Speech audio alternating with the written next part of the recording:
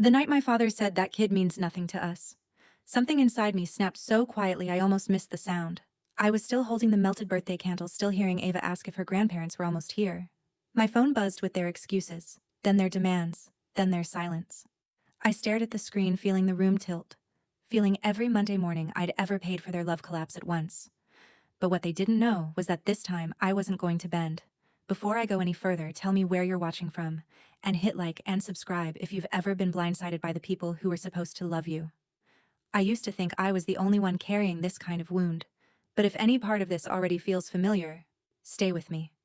I grew up in a house where love was measured, weighed, and always found lacking, at least when it came to me. One of my clearest memories is from when I was 10, standing in the middle of the school courtyard with a wrinkled math test in my hands. Kids were chasing each other around the swings, backpacks slamming against their shoulders, the air smelling like chalk and microwaved pizza.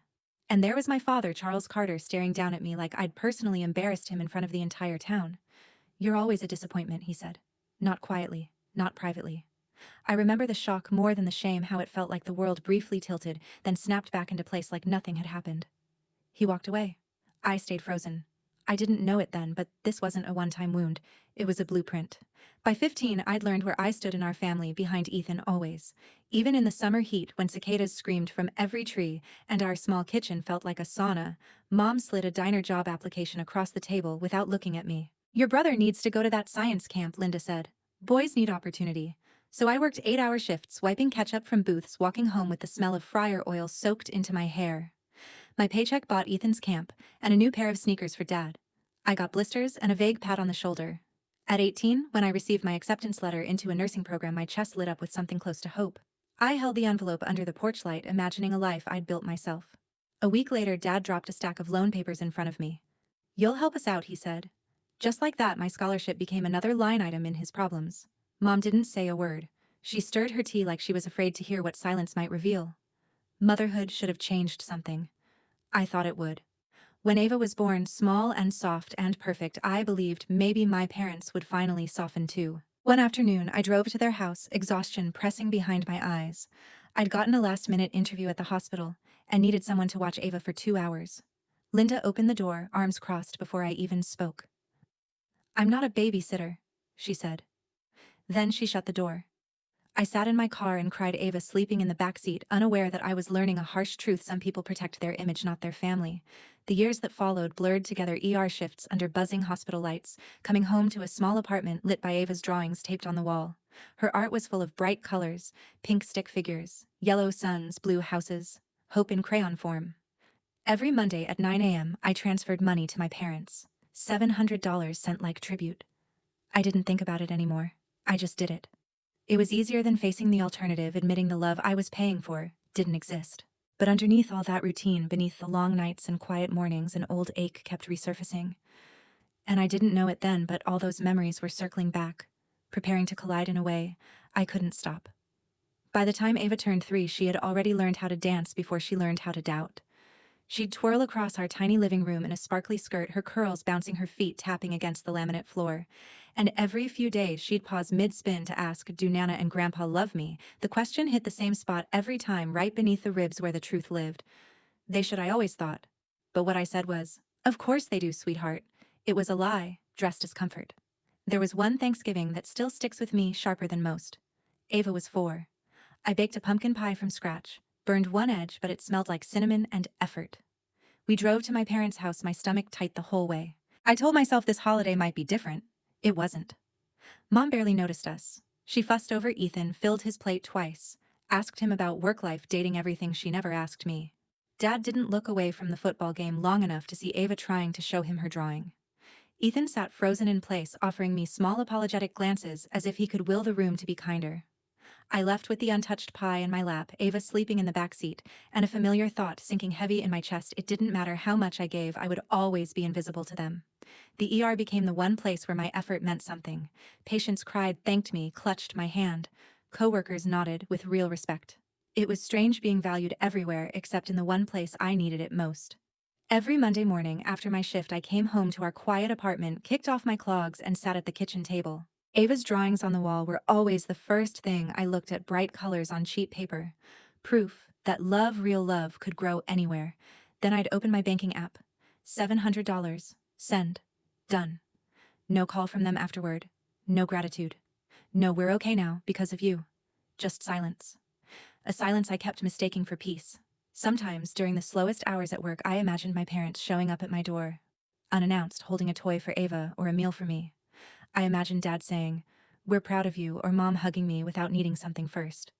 Those daydreams never lasted long. Reality had sharp edges, and it cut through fantasies easily. What I didn't realize was that while I was desperately trying to hold this fractured relationship together, my parents were quietly crafting their own narrative, one where they were the heroes, the martyrs, the misunderstood saints of the community.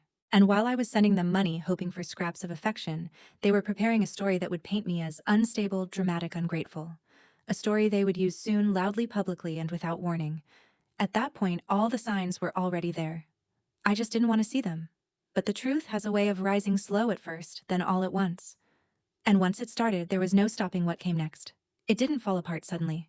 It unraveled in small ways, at first quiet, almost invisible, but each thread pulled something loose inside me. It started as it always did on a Monday. I had just finished a brutal night shift. My hands still smelled faintly of latex and antiseptic, the ER's fluorescent lights buzzing in my head like leftover static. When I stepped into our apartment, Ava was asleep on my shoulder, warm and soft, her breath brushing against my collarbone. I tucked her into bed, made a cup of coffee, and sat at the kitchen table. 9:00 a.m. $700. Send. I didn't think anymore. I just obeyed the ritual. 2 minutes later, my phone vibrated. A message from my mother. Add groceries this week. No greeting. No gratitude. Just expectation wrapped in command. I put the phone face down. As the weeks passed, Ava's questions became a kind of background ache. Do you think they'll come this time, Mommy? Her eyes were always full of hope, her voice soft, delicate. I smiled like it didn't cut me open. Maybe. But we both knew. Maybe really meant no. She made birthday invitations for them. Glitter glue, crooked hearts, pink markers smudged on her fingers. I mailed them anyway, even though I knew better. Hope can be cruel like that. On the day of her birthday, the backyard smelled like lemonade and sunlight. Balloons floated lazily in the autumn breeze. Kids shrieked in the rented bouncy castle, and parents gathered at the snack table sipping lukewarm coffee. Ava stood at the edge of the yard, cupcake in her hand, eyes glued to the driveway. Maybe they're just late, she whispered. I tied another balloon to the fence, pretending my chest wasn't burning. Maybe, I said. An hour passed, then two. By the time the sun dipped low, Ava's smile had collapsed into something fragile.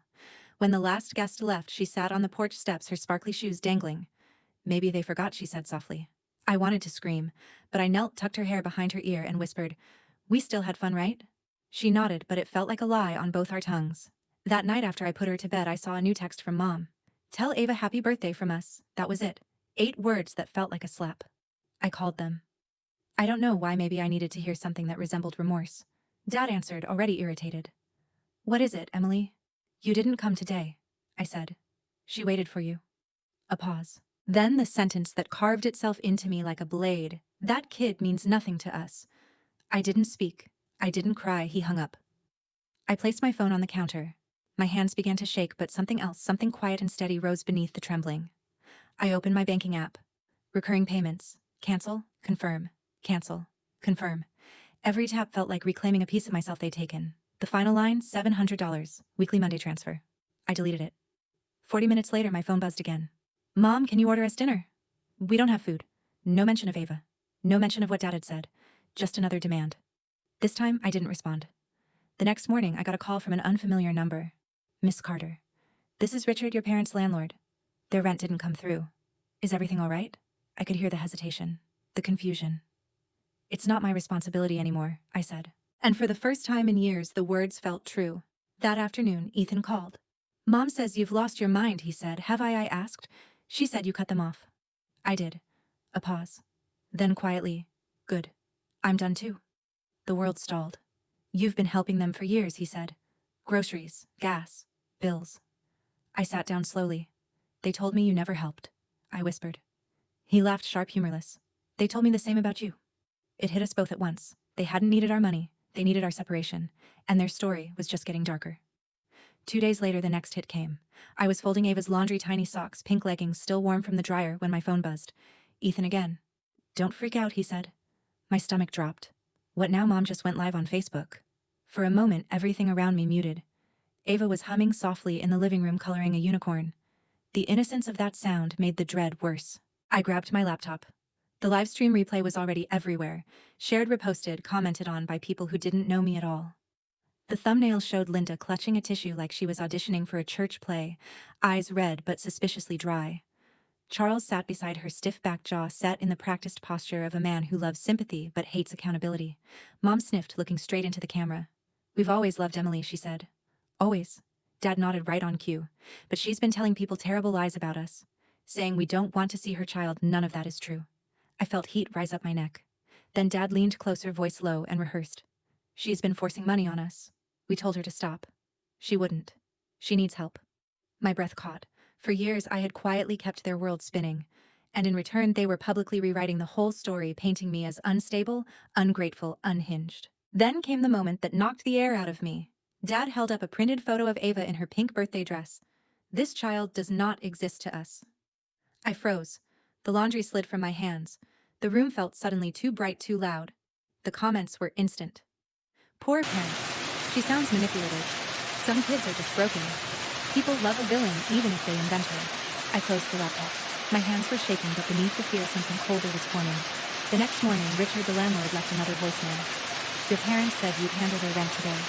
I called him back. "I'm not paying their bills anymore." A beaded silence. "I understand," he said quietly. The shift was happening, small but unmistakable. Later that afternoon, Ethan texted, "We need to talk." We met at a worn-down diner off the interstate, neon lights flickering overhead. Ethan looked exhausted, like someone who'd been carrying secrets too heavy for too long. He slid an envelope across the table. "I found this when I was helping Mom last year. I paid it. I didn't want you dealing with it." Inside, a medical bill. Linda Carter. Psychiatric evaluation. Charged to my insurance. My throat tightened. "I never approved this." "I know. Why didn't you tell me?" He sighed. "Because she said it was a one-time thing." I believed her. I pressed my palms against my forehead. "What else?" He hesitated. "There's a loan." I lifted my head. "A loan in your name, 7 years ago. They used it to save the house." The room blurred, plates clattering, coffee machine hissing, forks scraping against worn plates. My pulse thudded in my temples. "They forged my name. Mom said you agreed." Dad backed her up. I let out a shaky breath.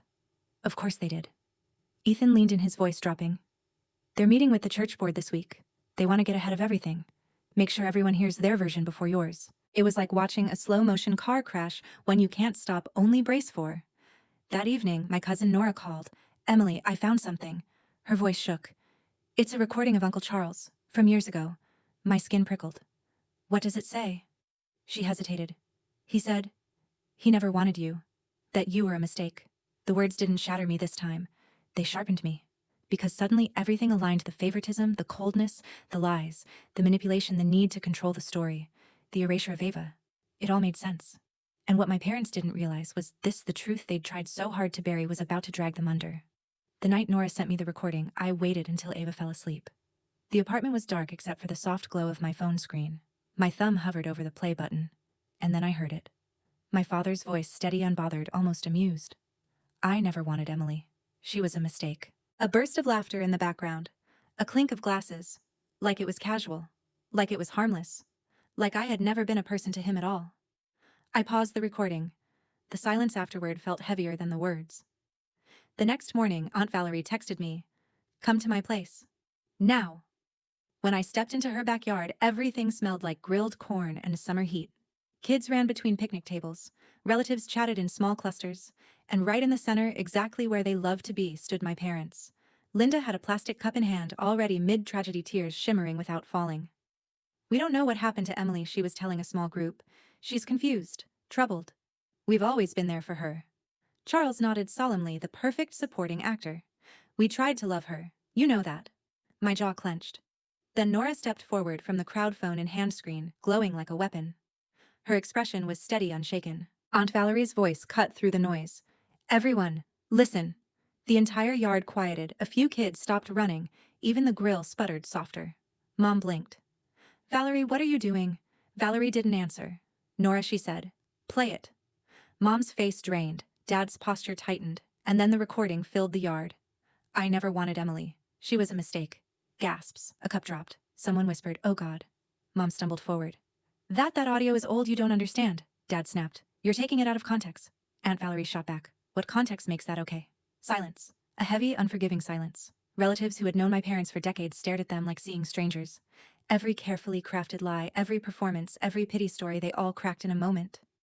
Mom reached for someone's arm. "Please, we love our daughter." No one reached back.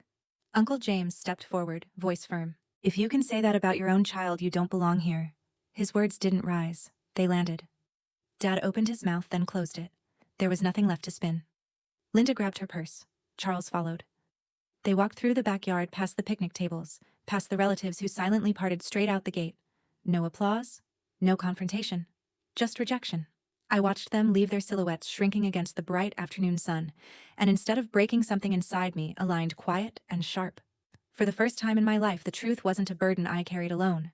It was a mirror my parents finally had to face. They had spent years rewriting my story, but that day the story corrected itself, and I felt free. After the backyard exploded with truth, everything around me felt unnervingly calm. It was like the world finally stopped buzzing. I drove home with the windows cracked open, the late autumn air brushing against my face. Ava hummed in the back seat, kicking her heels lightly, unaware of the earthquake that had just split our family open. At home, I set her up with crayons while I made tea. Then my phone lit up. "Pastor Anderson, your parents came by the church. They're upset. They said you twisted their words. I'd like to hear your side." For the first time in my life, someone actually wanted my truth. I typed, "I can come tomorrow," but I already knew I wouldn't need to defend myself. The recording was everywhere, the live stream was everywhere, and people were finally connecting the dots my parents had spent decades scattering. That evening, I checked Facebook. A stitched video, Mom's live stream plus the backyard confrontation, had thousands of views, hundreds of comments. My parents' photos had quietly disappeared from the church website. Their circle of supporters had gone silent. It was all collapsing piece by piece without me moving a single muscle. Ava ran to me with a drawing, eyes shining. "Look, Mommy, it's us, and Uncle Ethan, and Aunt Valerie." She pointed to two small stick figures in the corner. I was going to draw Nana and Grandpa, but I didn't know what color they are. My heart squeezed, not in pain this time, but in clarity. "You don't have to draw people who don't show up," I said softly. Later, after she fell asleep, I opened the drawer where I kept old paperwork, forgotten receipts, tax documents, reminders of years I survived. Sitting on top now was the loan agreement, my name, their signatures, proof of the betrayal behind the performances. My parents expected me to cave, to save them, to fall back into the old role I'd played for so long. But the truth was simple. I didn't owe them anything anymore.